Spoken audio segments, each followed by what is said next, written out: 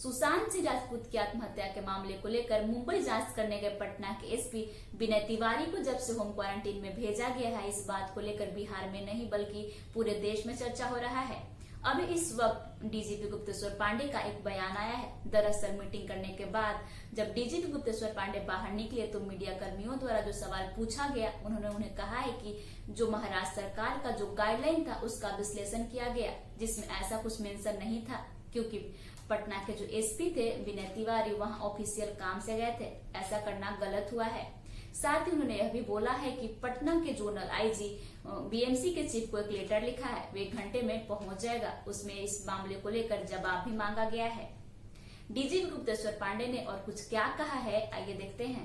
देखिए, दूरी बनाइए, सवाल मत पूछिए, हम बोलेंगे एक लाइन, उसको खा लिया आपको।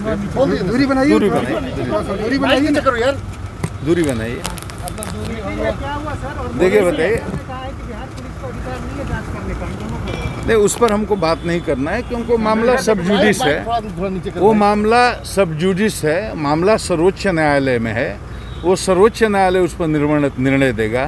तो जो मामला माननीय सर्वोच्च न्यायालय के अधीन है उस पर अब टिप्पणी करने से कोई फायदा नहीं है। सर्वोच्च न्यायालय से ऊपर कोई भी संवैधानिक संस्था नहीं है, जुडिशरी की सबसे बड़ी संस्था है।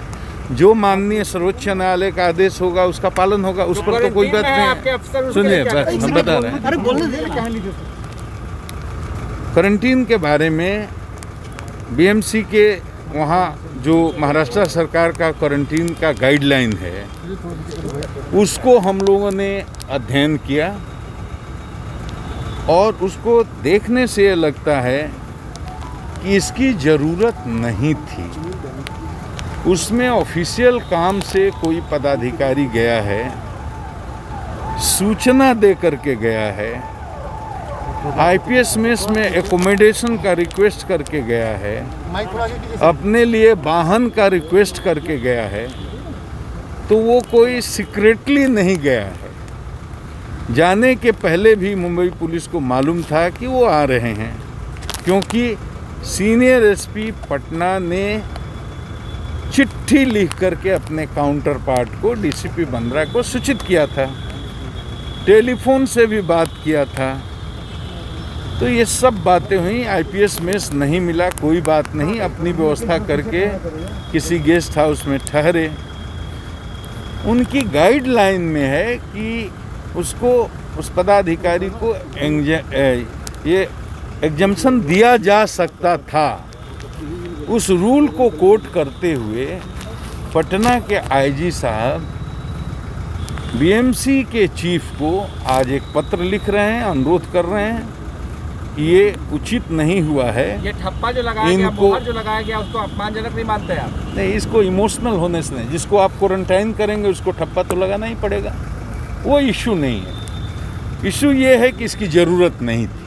मीटिंग में क्या डिस्कशन हुआ सर? फ्यूचर बोर्ड ऑफ जो बताए हैं उनको लाने के लिए कुछ किया जाएगा?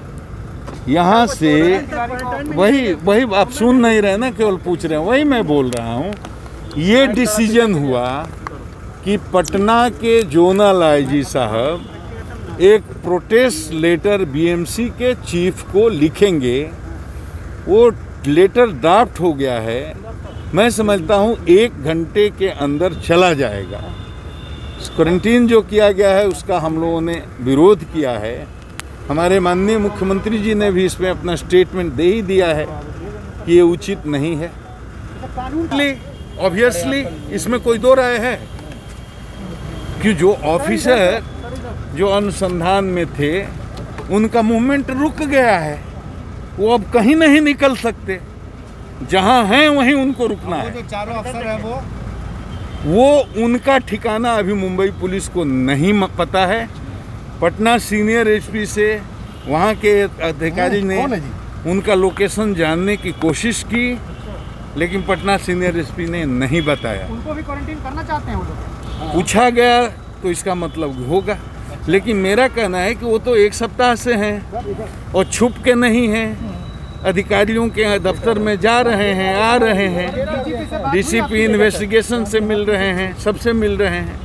तो अगर उनको क्वारंटीन करना था तो अब 8 दिन के बाद क्यों क्वारंटीन करना था? जिस दिन गए उसी दिन कर देना था। आपकी महाराष्ट्र डीजीपी से क्या बात हुई है सर? मैंने कोशिश की लेकिन मेरी बात नहीं। बता दें कि इस मामले को लेकर सीएम नीतीश कुमार की भी प्रतिक्रिया आई थी, जिसमें उन्होंने कहा था कि डीजीपी गुप्तेश्वर पांडे इस मामले को लेकर मुंबई के अधिकारियों से बात करेंगे, यह उचित नहीं हुआ है। अब डीजीपी गुप्तेश्वर पांडे का भी बयान आ गया है। अब देखना यह है कि बीएमसी की तरफ से क्या जवाब आता है।